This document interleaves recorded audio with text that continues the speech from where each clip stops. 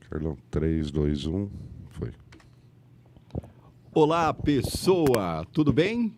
Estamos de volta aqui no nosso programa, que pode ser de manhã, de tarde, de noite, porque afinal no podcast você tem a oportunidade de conferir a nossa programação no horário que for mais conveniente para você.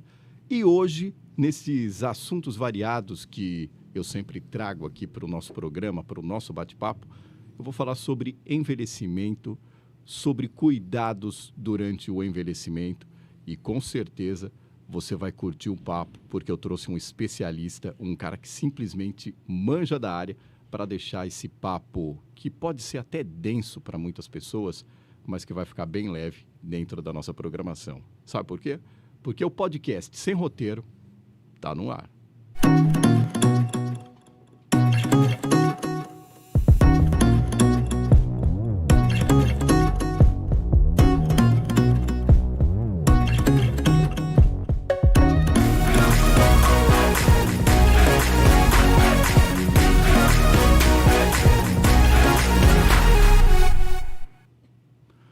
O meu convidado de hoje tem aquela aparência, sabe que quando a gente olha para eles, a gente fala assim, eu conheço você de algum lugar? Então, hoje eu tenho a satisfação de conversar com esse cara fantástico, que eu bati um papo também por WhatsApp, pelas redes sociais, fiz um briefing bacana com ele. Edivaldo Toledo, obrigado por participar do nosso programa aqui do podcast. Seja bem-vindo. Muito obrigado pelo convite, Carlos. E é uma satisfação novamente vir a público para esclarecer sobre o atendimento domiciliar, sobre o envelhecimento, que não precisa carregar aquele estigma tão negativo, né? Se tudo der certo, vamos envelhecer. Vamos lá.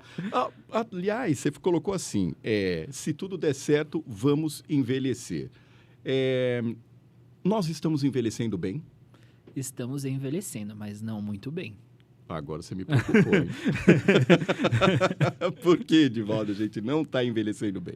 Bom, rotina, acesso a produtos não muito adequados para alimentação, rotinas de não adequação de atividade física, né? Uma rotina desgastante de trabalho, tudo isso daí vamos colher frutos um pouquinho mais negativos ao longo do tempo, né? Isso não é muito bom. Porém, acesso à saúde, acesso à medicação, acesso a serviços públicos de saúde ou não públicos, acesso à informação, faz com que façamos um envelhecimento muito mais longo. Então, temos que equilibrar essa balança, né? É isso que é interessante. Você citou também que muitas vezes a gente envelhece mal porque trabalha demais. Tirando essa questão de se trabalhar demais, você também citou a questão da alimentação. Mesmo com todo o alarde, mesmo com toda essa necessidade de se alimentar bem para ter uma velhice com qualidade de vida, o pessoal ainda continua bem desleixado com relação ao comer? Muito, muito. Eu também sou um exemplo, também eu não tenho moralidade nenhuma para também afirmar, né, comam salada e, enfim, né, tem que ser uma coisa mais equilibrada, é óbvio. A orientação nós passamos, né? Então o conhecimento tem que ser passado, porém, não sou praticante muito assíduo.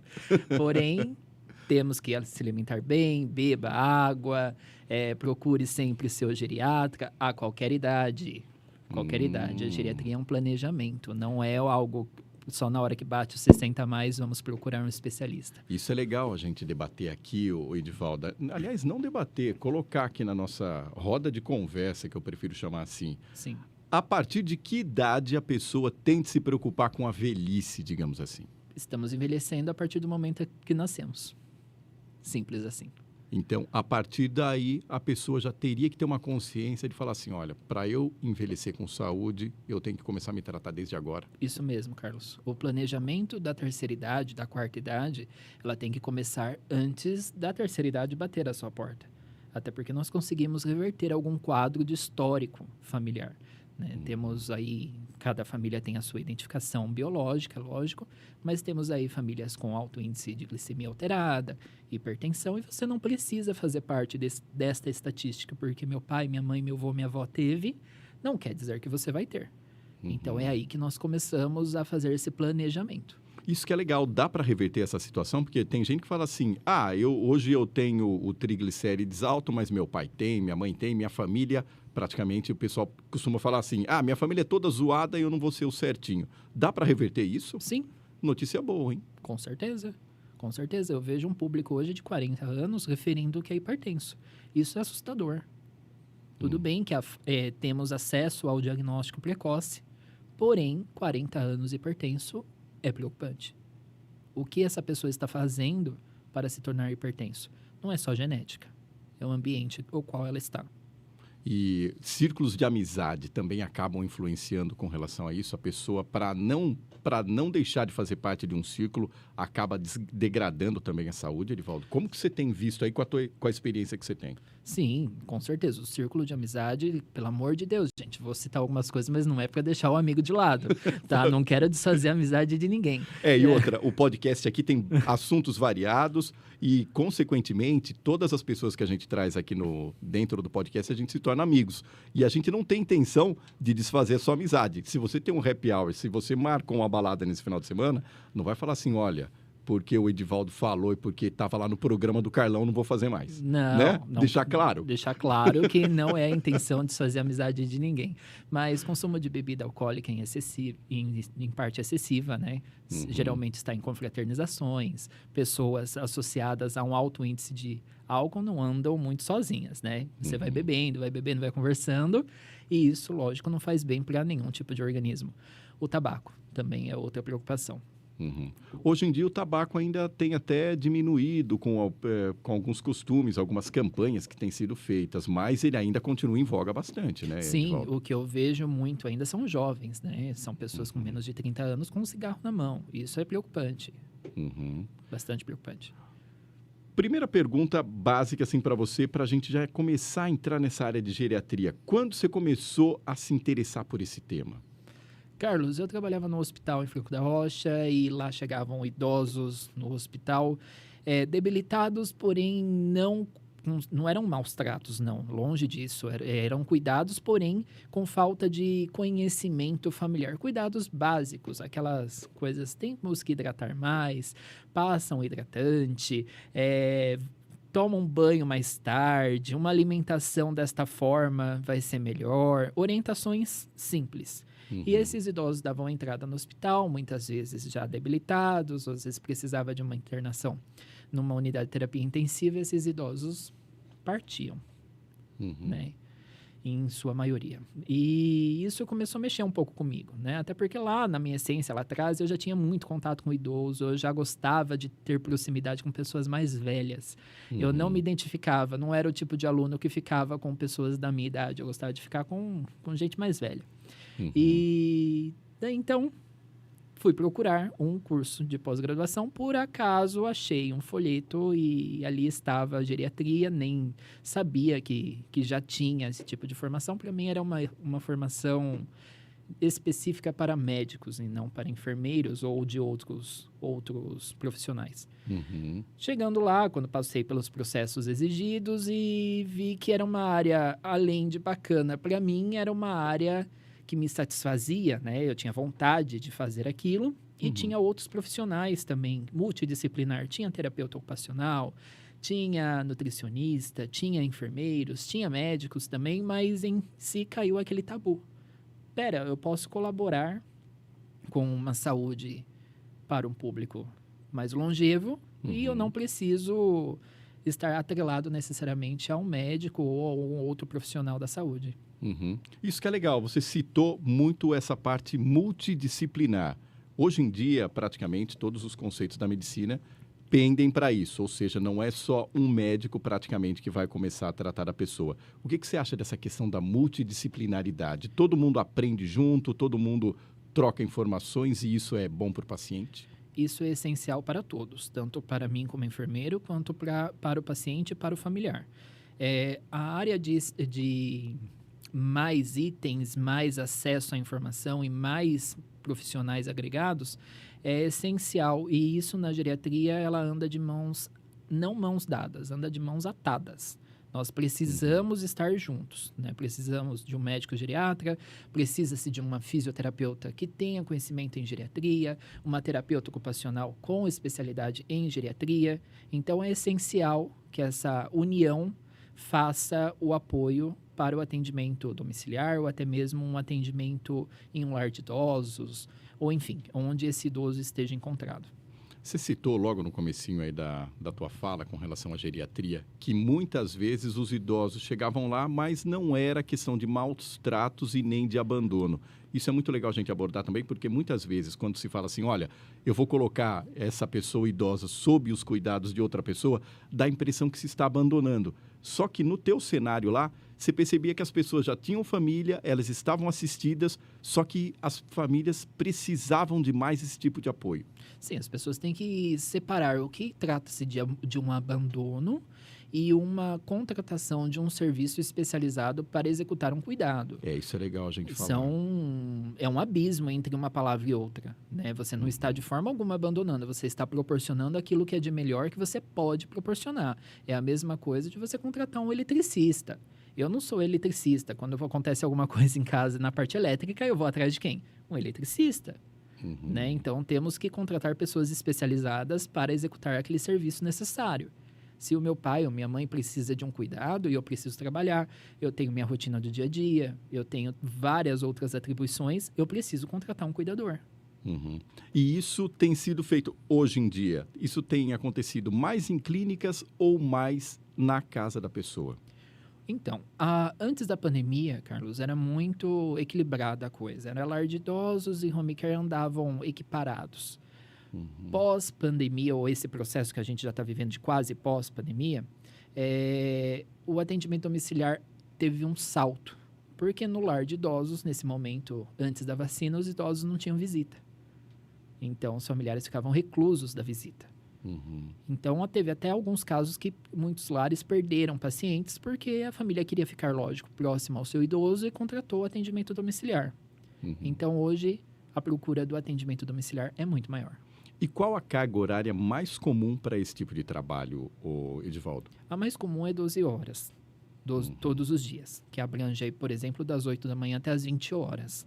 Mas, dependendo do grau de complexidade que o idoso tem alguma patologia, aí pode se estender por 24 horas. Entendi. Quanto ao grau de complexidade, hoje em dia, esse alto grau tem mais percentual aí dentro dos seus atendimentos ou não necessariamente? Não necessariamente, porque envolve-se várias outras situações, né?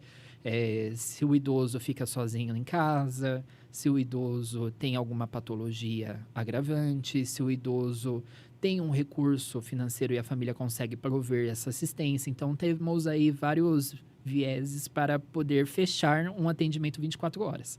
Então, a maioria são 12 horas. Você estava falando daquela questão da hidratação. E a gente sabe que muitas vezes, eu também já tive idoso em casa, o que acontece é que eles simplesmente não se hidratam, não tomam água e esquece. Como é que se faz para esse pessoal mentalizar, memorizar esse tipo de coisa? Pela tua risada, eu percebi que não é uma tarefa muito fácil. Não é uma tarefa muito fácil. Exige muita criatividade. Para isso, o cuidador ele é capacitado e orientado. Então, água, sucos, chás, gelatina. Você vai ofertando vários tipos de objetos, bebidas, alimentos para tentar fazer esse idoso se alimentar. Um copo diferente, um recipiente diferente, uma água com alguma essência, e você vai levando frutas até chegar num percentual aí que seria o adequado para aquele indivíduo. Não é muito fácil, mas você precisa estar no pé. Ou seja, é como se cuidar praticamente de uma criança. Não usamos muito esse termo, porque aí você acaba infantilizando um adulto, mas é mais ou menos isso. Precisa de supervisão. Legal. É legal também você colocar essa coisa. A gente não consegue infantilizar, porque cada idade, cada fase da vida tem a sua peculiaridade. Isso mesmo. Legal. Isso mesmo. Então, a intenção é fazer uma oferta diversa e fazer aquilo como se fosse uma novidade naquele dia e fazer o idoso ser conduzido da forma necessária, mas não com a intenção de forçá-lo. É apenas trazê-lo junto e fazer essa ingesta hídrica aí. Entendi. A gente estava comentando lá nos bastidores um pouquinho antes de entrar aqui começar a gravação do nosso programa. Você falou que muitas vezes um idoso doente dentro de uma família acaba adoecendo toda a família. E a gente citou aqui também dentro do nosso podcast aquela questão da pessoa falar assim, olha, mas se eu colocar o meu familiar idoso aos cuidados de alguém, vai passar a sensação de que eu estou abandonando. Só que acontece também aquela questão que você comentou, que eu achei bastante interessante, que é assim, quando uma pessoa adoece dentro da família, praticamente a outra família adoece junto e, consequentemente, começa a se cansar com relação a esses cuidados. E aí, como é que você faz para trabalhar isso dentro da família, para o cara não ficar com aquela consciência pesada de te entregar um pai, uma mãe, um avô, um tio ou outro familiar? Primeiramente, vamos pela parte da terceirização dos cuidados, né? Você não está entregando o seu ente querido de forma afetiva para mim. Você está contratando uma equipe para prover os cuidados necessários para seu familiar. Então, em nenhum momento você vai deixar de fazer os cuidados como filho, como neto. Então, não estamos terceirizando carinho. Legal a gente falar sobre isso, porque dá-se aquela impressão, o pessoal fala assim, não, tudo bem, eu vou simplesmente passar o cuidado para outra pessoa e vou me desobrigar. Não é necessariamente assim. Não é necessariamente assim. Uhum. É lógico que o cuidador precisa gostar da profissão, gostar do idoso e ter afinidade com a família. Essencial. Porém, Legal. não estamos terceirizando o papel familiar. Estamos terceirizando os cuidados. Uhum. Ponto. Segundo ponto é que a família adoece sim com esse idoso, principalmente se ele for portador de uma neurodegeneratividade, ou seja, uma doença que é progressiva, não vai ter retornos positivos e nem sempre o tratamento proposto vai dar certo. Pode ter alguma rejeição medicamentosa ou até mesmo acabar mexendo em algum tipo de medicação, ajustes com o médico e esse paciente ficar, às vezes, nem tão bem quanto a família esperava. E isso faz, sim, a família ficar doente junto. Então, é necessário a família se conscientizar que tem que ter ajuda, lógico, que de profissionais qualificados, e ela, em nenhum momento, ela está deixando esse idoso desassistido. Ela está acolhendo ainda mais, ela está proporcionando o melhor para esse idoso. E a família precisa se conscientizar da patologia. Lógico, muitas patologias a gente consegue reverter, né? Vai deixar sequelas, sim ou não, mas nesse caso de neurodegenerativos, a família precisa ter o conhecimento que não adianta muito você lutar emocionalmente contra um Alzheimer, um processo demencial ou um Parkinson. A gente consegue aí tentar estacionar a doença onde ela está, mas não é uma garantia. E aí, nessa questão do pessoal adoecer, quem adoece mais e carece de mais cuidados? Mais homens ou mais mulheres, ou independente do gênero? Vou dar 2 exemplos. O primeiro exemplo é o mais estatístico. Tá? Mulheres vivem mais, logo envelhecem mais, logo podem adoecer. Tá? Então, mulheres viúvas, geralmente, após os seus 90 anos, precisam aí de um cuidado aí, mesmo que seja mínimo, né? Porém, na questão de adoecer, muitas vezes quando a mulher precisa contratar uma assistência domiciliar para o marido, essa mulher também adoece. Pela carga emocional que ela carrega, pelo aquele assunto anterior que nós falamos. Ela se sente subjugada porque ela não está cuidando e não está fazendo o papel de esposa. Ou seja, tem aquela questão do peso na consciência. Tem um peso na consciência totalmente desnecessário. E não é 1 ou 2 ou 3 casos dentro da minha empresa. São muitos. São muitos. Toda vez que uma mulher me aborda e é para o marido, eu já sei que ela já está passando do limite emocional dela, a ponto dela procurar alguém para executar os cuidados. E só para a gente amarrar essas pontas, quando você decidiu optar pela geriatria, obviamente você teve que se acercar de vários profissionais. Sim. E como que foi a filosofia que você empregou nesse pessoal na hora deles terem esse carinho realmente, que eu percebo em você assim na hora de cuidar das pessoas? Carlos, a primeiro momento ainda eu tinha muito contato ainda com profissionais que também já atuavam indiretamente de forma informal. Então, eu fui puxando esse pessoal que eu conhecia. Mas chegou um momento que a empresa cresceu e eu tive que procurar pessoas fora do meio ao qual eu conhecia. né? Então, isso daí eu uso bastante meus colegas profissionais aí que formam os meus colaboradores e eles vão indicando os melhores alunos aí para mim, para eu absorver na empresa. Mas, inicialmente, foram as pessoas que já estavam ali na caminhada junto comigo. Uhum. E para você, o que é cuidar das pessoas? Cuidar da pessoa é um caminho de amor integral, mas não é um amor afetivo apenas quando você fala assim, ele sente um amor. Não, é gratificante quando você vê esse idoso ou este familiar, ou seja, uma pessoa com menos idade e tem alguma doença, que você consegue olhar no olho dela e ver que você conseguiu proporcionar algo de bom ou melhor para ela. Às vezes, nem tanto no caminho que ela esperava, mas ela percebe que houve uma melhora. E isso alimenta a alma de quem executa o cuidado. Cara, isso é muito interessante. E você considera isso daí praticamente uma missão? Eu considero como uma missão.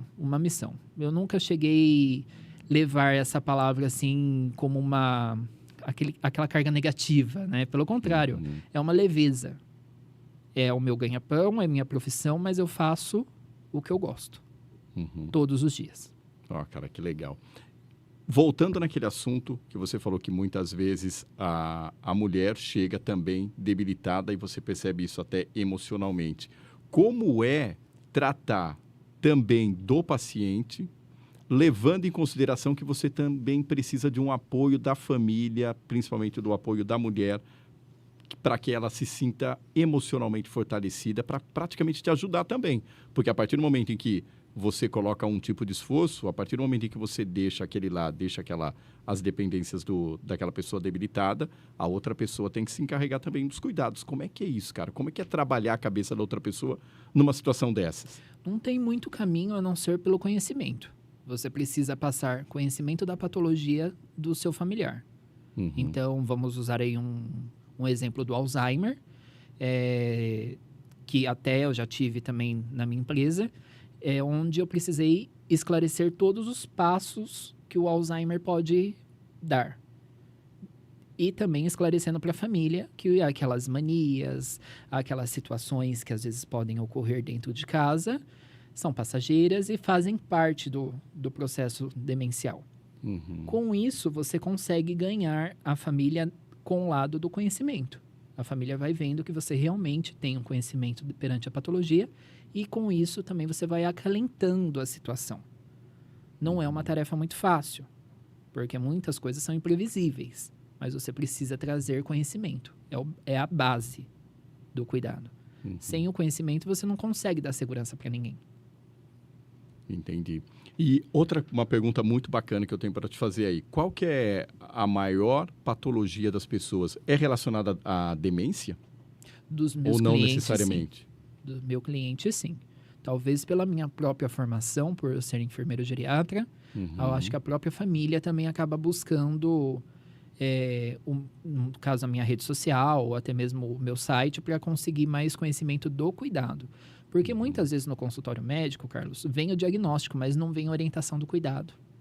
Né? Você recebe o diagnóstico, é um diagnóstico pesado, né? Cheio de estigmas, preconceitos, e aí, tô levando meu familiar para casa. Ele não pode ficar sozinho, ele não pode assinar um cheque, ele não pode passar o cartão, ele não pode fazer nada. E o que eu faço?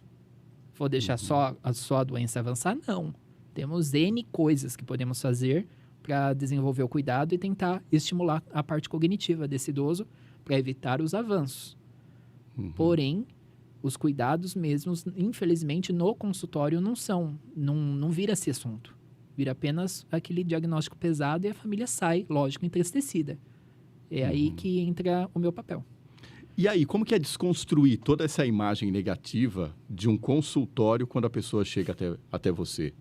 É um trabalho difícil, árduo, porque envolve muitas coisas de internet, né? Que a pessoa vai lá no Google. Eu ia falar assim, até foi a pergunta que eu fiz para o cardiologista que estava aqui comigo. Eu falei assim, viu, até onde o Google atrapalha a tua profissão nessa hora? Muito. Ele atrapalha muito. Lógico que se você pega periódicos, algo que realmente tenha base científica, legal. Mas geralmente é isso que a pessoa não faz, né? Não, ela não faz. Primeiro que a maioria não sabe buscar. Né? Joga lá, como cuidar de Alzheimer, ponto. Aí você aparece lá, expectativa de vida. E não é bem assim. Né? Nós conseguimos prevenir processo infeccioso, nós conseguimos, como a parte cognitiva, a gente consegue trabalhar, evitar com que esse idoso tenha progressos da parte do processo demencial e até mesmo, quem sabe, ele fazendo uma partida natural dentro daquilo que já estava programado pelo corpo biológico dele. É tudo isso que todos nós esperamos. Né? Lógico, nem sempre dá, mas a maioria a gente consegue dar uma retardada nesse processo e até mesmo com conhecimento com a família, né? Quando chega nesse momento, a família já está mais conscientizada.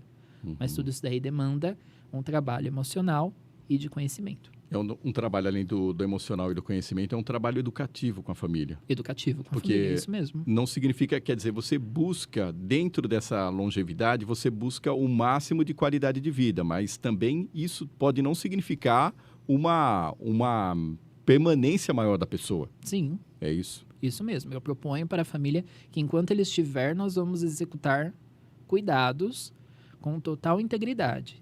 E quero que a família participe junto. Porque elas são os meus olhos também na casa. Eu não consigo estar na casa de todos os meus clientes. Então, eles vão me informando como estão os cuidados sendo executados. Mas, para isso, eles precisam estar com o emocional equilibrado e também com a base, sabendo em qual nível que está esse idoso. E quais os tipos de cuidado que você coloca dentro da sua clínica à disposição desse pessoal que precisa, Edivaldo? Então, todos os profissionais multidisciplinares, eles são essenciais. Todos. Psicólogos, físio, fono, nutrição, médico, enfermeiros, cuidadores. Todos são cuidadores. Eu gosto de salientar isso. Desde o médico até o cuidador, são cuidadores. A cozinha, quem está cozinhando é cuidadora. Ela está executando um tipo de serviço que vai cuidar de alguém. Está nutrindo. A limpeza é cuidadora. Todos são cuidadores. Então, a equipe multidisciplinar em todas as patologias geriátricas são essenciais. Todas. E, nesse caso, no Brasil, cresce cada dia mais o número do idoso. Nós somos uma população que praticamente está envelhecendo. Como é receber isso como notícia e falar assim, cara, como é que esses idosos vão se comportar daqui para frente?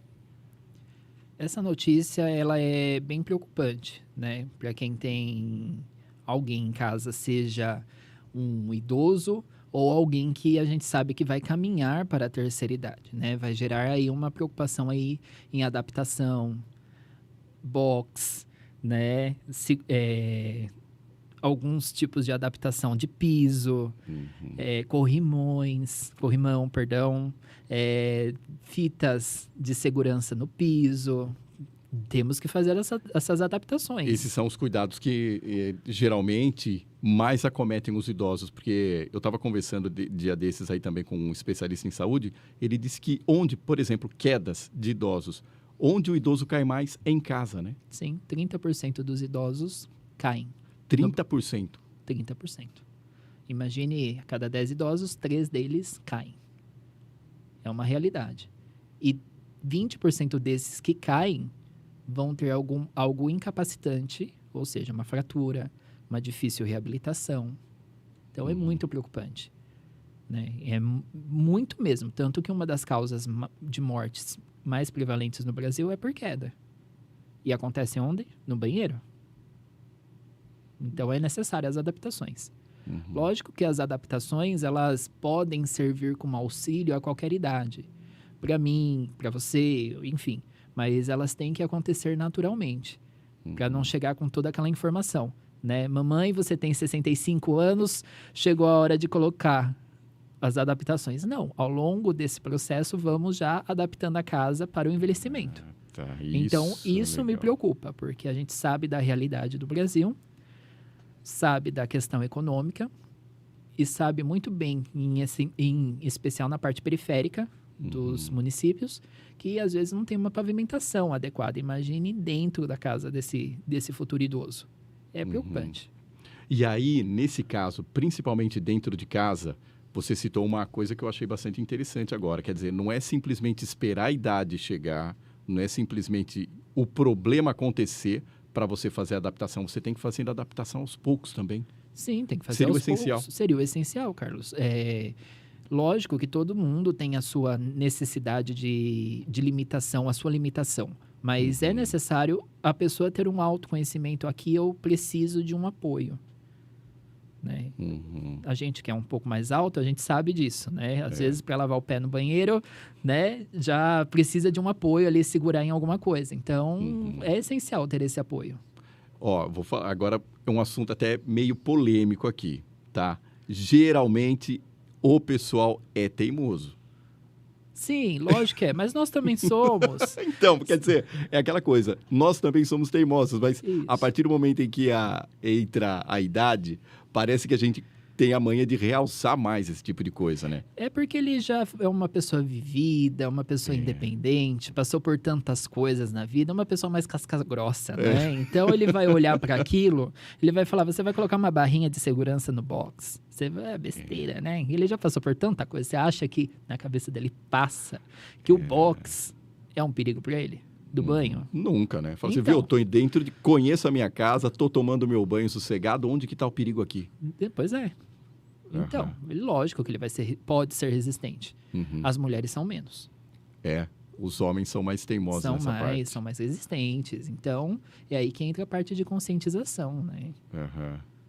E você está citando também essa questão da mulher ser mais receptiva aí à questão médica, à questão da medicina. Geralmente as mulheres procuram, os médicos, elas procuram se tratar mais cedo do que os homens. E os homens, quando vão para algum urologista, por exemplo, eles vão amando das mulheres, né? Sim. Eu até cheguei a brincar outro dia com uma cliente que o homem só procura médico por um único motivo. Só por impotência.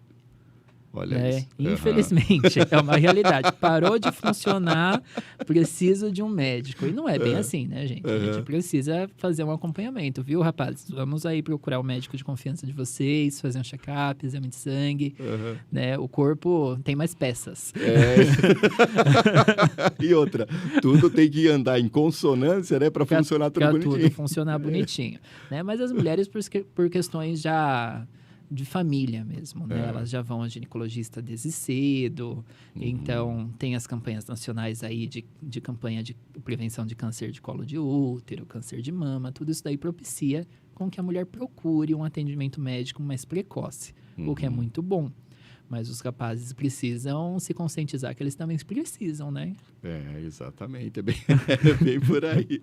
Edivaldo, e na pandemia, esse tipo de ajuda, esse tipo de cuidado aumentou ou não necessariamente? Aumentou. Aumentou, porque muitos idosos ficaram sozinhos, né? Antes, aquele idoso que era mais ativo, pegava um Uber, fazia isso, fazia aquilo, ele perdeu um pouquinho de independência, né? Ficou mais recluso. Mesmo um cuidado menor, seja só uma monitoria ali de 6 horas na casa do idoso, mas ele vem acontecendo até hoje. E no que a socialização do idoso ajuda em algum tipo de recuperação ou até ele para fazer com que ele mantenha a saúde? Eu acho que isso é interessante a gente abordar, porque muitas vezes, principalmente que eu fiz essa pergunta da pandemia, o pessoal ficou recluso. Sim. E depois não conseguiu mais voltar para a ativa, não conseguiu mais voltar para o círculo social. Sim, é essencial a socialização, né? Além de toda a parte cognitiva, física e emocional, tem aquela questão também que isso daí já é do ser humano, não é uma questão da terceira idade, não, né? O ser humano quer se sentir um pouquinho melhor que o outro, né? Então, o idoso chega, vê um pouquinho mais tortinho, o outro já acerta a coluna, ele já quer demonstrar que ele está melhor, né? E a outra que tem um pouquinho mais de idade, realmente tem um pouquinho menos de dor. Eu tenho 96 anos, não tomo um remédio. Então, é uma maneira do idoso se sentir ali importante e vivo. Essa socialização. Aham. É essencial. Se tiver os grupos de convivência de bairro, o bingo, voltaram os bailes, coloque seu idoso para dançar. Isso é bastante interessante, né? Porque o que acontece também é que se existia alguma coisa que pegou bastante nessa timidez, nessa pandemia, foi a questão da timidez. Então, a pessoa se voltou muito para dentro dela e agora tem essa dificuldade de fazer essa ressocialização. Então, você apregoa mesmo que o cara tem que ir para a rua, tem que, dentro das suas Sim. possibilidades, é claro, se ressocializar. O idoso, ele, em si, ele não é uma pessoa envergonhada.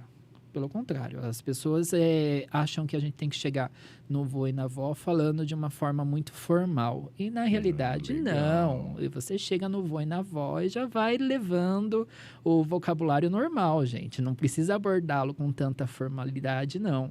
É um ser humano que quer viver ainda e tem muita força ainda. É uma geração que pode aí viver mais 10, 15 anos aí na ativa. E, às vezes, quer trabalhar, Carlos. Uhum. E isso é muito bom. Exatamente. Nem que seja trabalho voluntário, né, Edivaldo? Porque muitas vezes o pessoal está sendo discutida bastante, principalmente dentro dos setores de recursos humanos, Departamento de Recursos Humanos, o pessoal falando da etaridade. Dependendo de uma determinada idade, o cara já praticamente é encostado. Mas aí, nessa questão dos senhorzinhos que eles são dos idosos que se aposentam, é interessante também fazer essa questão do trabalho voluntário, que deve ser também estimulada, né? Sim, trabalho voluntário. Nós vemos aqui na região uma rede de mercado que faz contratação de pessoas com 60 a mais para a Caixa. É um atendimento fantástico. Não sei se você já teve a oportunidade de ser atendido por mas é um atendimento impecável, né? Não deixa a desejar. E a gente sabe da assiduidade, comprometimento, que são muito superiores. Uhum. Exatamente, até você já citou, como eles têm bastante experiência de vida, eles sabem muitas vezes, até nessa questão de atendimento, que muitos estabelecimentos pecam, quando se coloca esse pessoal idoso para trabalhar, o atendimento, a qualidade do atendimento acaba aumentando. Sim, eu tenho cuidadoras 60 a mais. O índice de sinalizações familiares é nula. Olha que interessante. Não acontece. O comprometimento é outro nível. Uhum. Né? Até porque o idoso, ele precisa completar a renda, né? A gente sabe da questão do INSS e outras previdências aí. Então, ele precisa fazer essa complementação. Então, enquanto tiver saúde, disposição, vitalidade, bora trabalhar. Uhum. Nós estamos envelhecendo com saúde, Edivaldo? Não necessariamente, né, Carlos? Não necessariamente. Cai naquela situação inicial que nós temos uma alimentação não muito equilibrada, um ritmo de vida um pouquinho mais corrido, um exercício físico que não acontece, algumas taxas metabólicas aí começam a subir, né? Colesterol, a glicemia, começa a ter hipertensão, isso daí vai trazendo algumas sequelinhas lá na frente, né? Espero que conseguimos reverter em alguma fase. Você viu a pesquisa que saiu do IBGE? Pela primeira vez no Brasil temos mais pessoas 30 a mais e menos criança. Ou seja, daqui a 30 anos teremos um impacto muito grande de 60 a mais. Muito grande. E como fazer para esse pessoal ter saúde, né, dentro dessa melhor idade? Só através da conscientização? Só através da conscientização. Isso daí é a base de tudo. Educação, conscientização e mudança de situações culturais, né? Parar de deixar para depois. Exatamente. Porque essa questão de deixar para depois, geralmente o pessoal fala assim, olha, eu não vou cuidar muito bem da minha saúde agora porque eu vejo isso daí depois, agora eu quero curtir. E não necessariamente tem que ser assim. Não, necessariamente, né? A saúde é uma construção, né? Ela é construída todos os dias para você colher bons frutos. E isso não acontece pela questão cultural de deixar para depois. Nós deixamos tudo para depois. Exatamente. Eu sempre costumo colocar aqui dentro do podcast, independente do assunto, aquela questão de colocar mensagens de positividade. Com toda a experiência que você tem com relação ao cuidar, principalmente do idoso, tem alguma história legal que você falou, cara, eu consegui recuperar alguém, ou então fiz amizade com alguém, que você até comentou que sempre gostou de ter amizade com pessoas mais velhas, e não necessariamente com o pessoal da tua idade. Você tem alguma história assim legal, assim, que o cara fala, nossa, esse vozinho simplesmente é... Olha, tem uma história bacana. Vou falar nomes. Vou dar nomes à pessoa. E ela é uma pessoa muito querida para mim, que é a Marinês Manazeiro Fernandes. Ela foi esposa de um paciente meu. E ela não tinha conhecimento quase nada sobre o que era demência vascular. E o marido dela passou por várias situações, várias consultas, vários especialistas, mas não conscientizavam ela do processo que iria avançar, como poderia avançar, como que a gente iria desenvolver esse cuidado. E eu a conheci num momento bem desesperador familiar. E, lógico, o tempo passou, a doença avançou e ela ficou viúva, mas ainda nós somos amigos. Meu, que legal. Né? Hoje, ela só tem 70 anos, tá? Depois eu vou fazê-la ouvir. Ela acompanha as redes sociais de forma ferrenha. Tudo que eu posto, ela vai lá e curte, vai lá e comenta. Além de ter sido uma cliente, é uma amiga. Meu, que legal.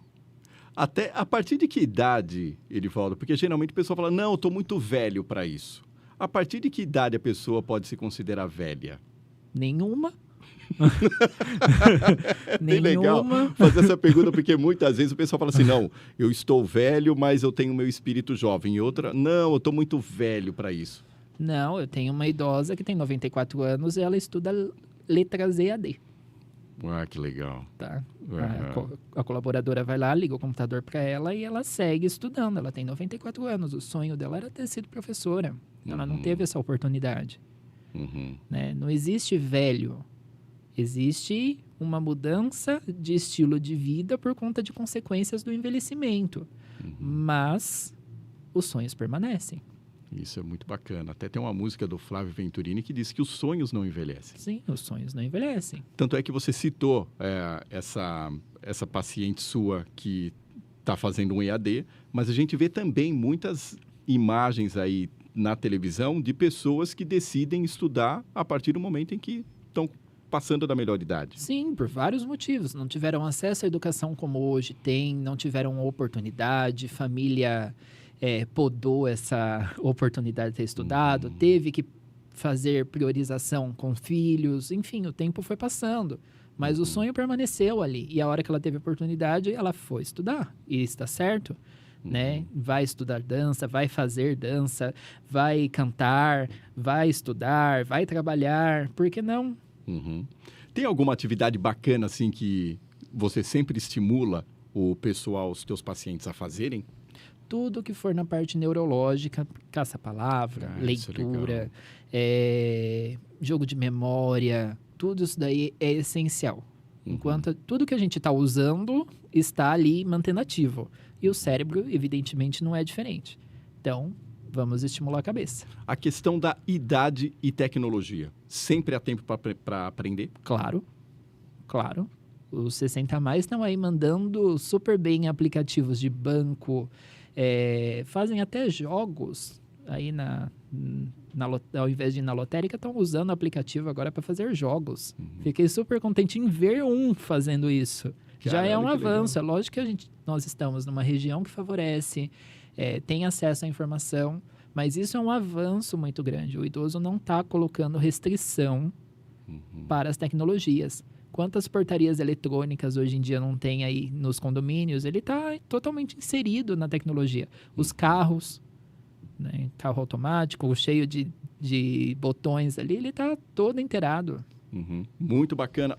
A gente está falando até agora, está falando só do pessoal dessa melhor idade. Mas qual o recado que você deixa também para os netos, para os filhos e para as pessoas em geral, assim, para respeitarem assim os mais idosos e, consequentemente, colaborarem com todo esse processo deles de crescimento, amadurecimento? Todo mundo tem que encarar como uma troca, né? O idoso tem muito o que nos fornecer de informação. Os jovens precisam ter um pouco mais de paciência, um pouco mais de presença e olhar esse 60 a mais como um poço de informação ali dentro. ele foi criado numa situação que não tinha acesso à informação do jeito que nós temos. Às vezes não tinha nem televisão, né, Carlos? É, bem lembrado. Né? Uhum. É uma coisa recente na história. É. Né? Foi ontem. Não tinha acesso a Google, não tinha acesso a receitinhas ali, tudo no YouTube. Olha a memória desse idoso. Né? Veja a questão de todo o conhecimento e bagagem. Eles fazem conta, assim, na ponta do lápis. Hoje em dia, a minha geração acho que não consegue falar uma tabuada do 7. Nossa, não complica, né? Pois é. Então, ver o idoso como um conhecimento. Uhum. Né? Não ver ele como um problema na sociedade. Ele é um conhecimento e a gente tem que adaptar. A geração nova vem com toda essa tecnologia e o idoso vai aprender. Ele tem capacidade de aprender a qualquer situação. Uhum. O que falta bastante em algumas questões também, né, Edivaldo, é um pouquinho de paciência da população mais nova com relação a eles. Sim, precisa ter paciência. É lógico que a mobilidade é reduzida, a fala às vezes é um pouco mais lenta, mas o conhecimento deles é espetacular. Não só conhecimento técnico, mas também conhecimento de vida. Né? Como lidar em tais situações, como fazer um atendimento, como eu citei, né? São espetaculares. Isso é muito bacana a gente colocar aqui dentro do nosso bate-papo, porque, assim, além da paciência, você tem que ter também a escuta ativa com relação ao idoso. Sim. Ouvir eles contarem, porque muitas vezes eles têm mais histórias, eles querem contar, muitas vezes, das histórias da infância dele, da adolescência dele. Muitas vezes a gente não tem muita paciência para ficar ouvindo, mas é muito importante, muitas vezes eles só querem ser ouvidos, né? Sim, eles só querem ser ouvidos, porque muitas vezes, por conta do dia a dia nosso tão corrido, a gente não acaba dando tempo e espaço para que esse idoso também participe do nosso dia a dia. Ele só quer falar e ele quer ser ouvido, como qualquer ser humano, né? Exatamente. Como qualquer um. Exatamente. Então, o que acontece, existe ainda com relação à sociedade um preconceito para com o idoso? Sim. Sim. Eu acho que o mercado de trabalho é o mais gritante. Mas, de modo geral, sim. Né? É muito difícil.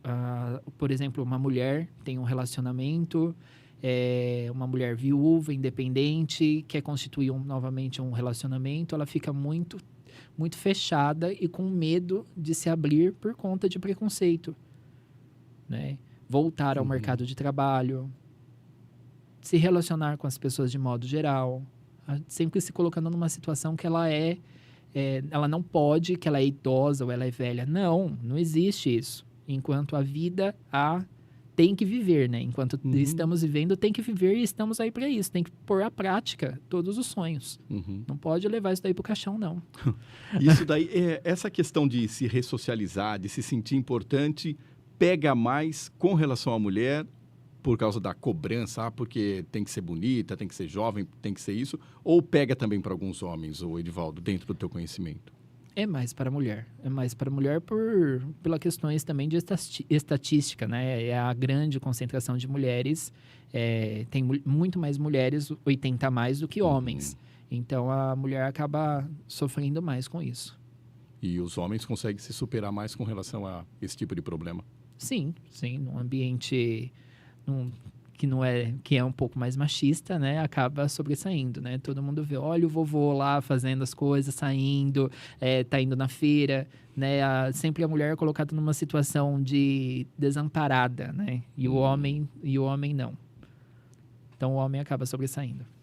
Dentro dessa toda essa sua convivência com o pessoal de mais idade, o que você aprendeu com relação à lição assim para sua vida? Paciência. Aliás, a gente citou aqui agora há pouco isso. Eu era uma pessoa extremamente afobada e não respeitava os processos de tudo que a gente quer fazer. Tudo tem processo, né?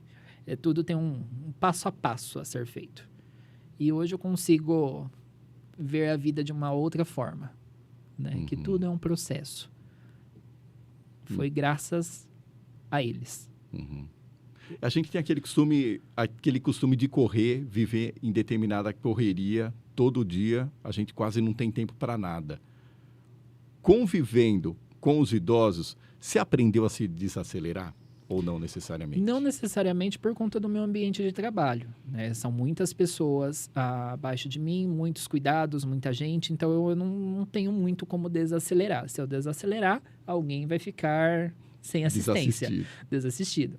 Então, por conta do meu ambiente de trabalho, não consigo, mas eu consigo ver a vida de uma outra forma.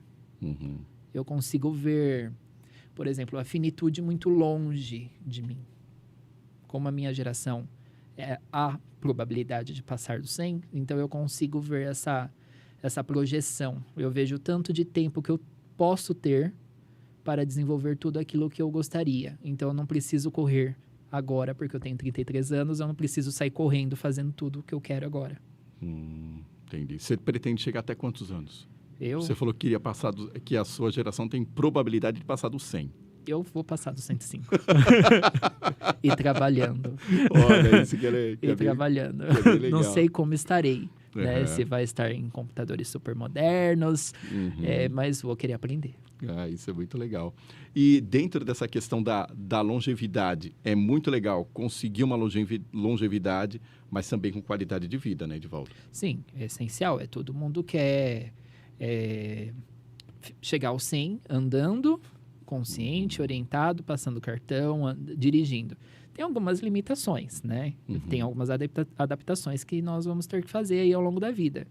Mas também não é muito garantia também que a gente vai conseguir chegar aos 100 anos aí com total autonomia, né? Então, aí é tudo uma questão de aceitação das limitações da idade, né? Adequações. Temos que adequar a toda a fase da vida. Aos 40, aos 50, aos 60, aos 70, 80, 90, 100, 110, quem sabe? Exato. Qual que é a mensagem que você deixaria para o nosso ouvinte aqui do podcast com relação à longevidade, qualidade de vida e outra, independente da idade, para aquele que se considera jovenzão, como chegar bem até nessa sua idade limite que você deu aí dos 110, vai? Você pode até olhar para aquela câmera lá e falar. Certo. Carlos, a orientação é levar a vida com mais tranquilidade, bebam água, se possível, façam exercício físico, comam melhor, levem a vida com mais naturalidade. Eu sei que é difícil, o nosso ambiente faz com que a gente consiga fazer múltiplas coisas e saia correndo de tudo, mas observe a graça da vida, né? Para chegar lá nos 60 anos, 70 anos, 80 anos, não bater aquele arrependimento, né, que muitos idosos fazem para mim. Eu deveria ter feito isso. Se tem vontade, faça. A gente não sabe quanto tempo a gente vai ficar aqui. Tomara que sejam 110. Tomara que 110. Mas que, se chegar no 110, que você não bata o arrependimento de não ter feito algo por você. Faça por você.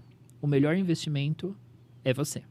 Isso é muito interessante, né? Porque muitas vezes você chegar na idade que chegar, mas sem arrependimento nenhum. Sem arrependimento nenhum. Com a sensação do dever cumprido, tanto com os outros quanto com você mesmo. Sim, principalmente com você mesmo. Porque você é o que você convive 24 horas, né?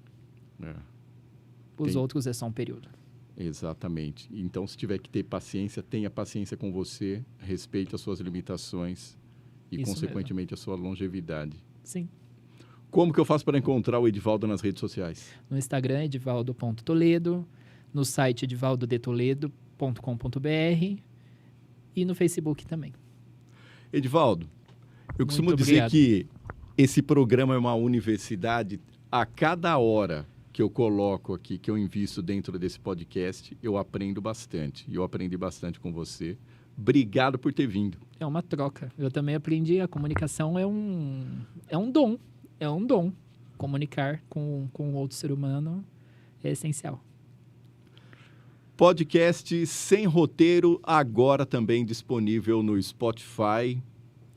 Sem Roteiro, é isso.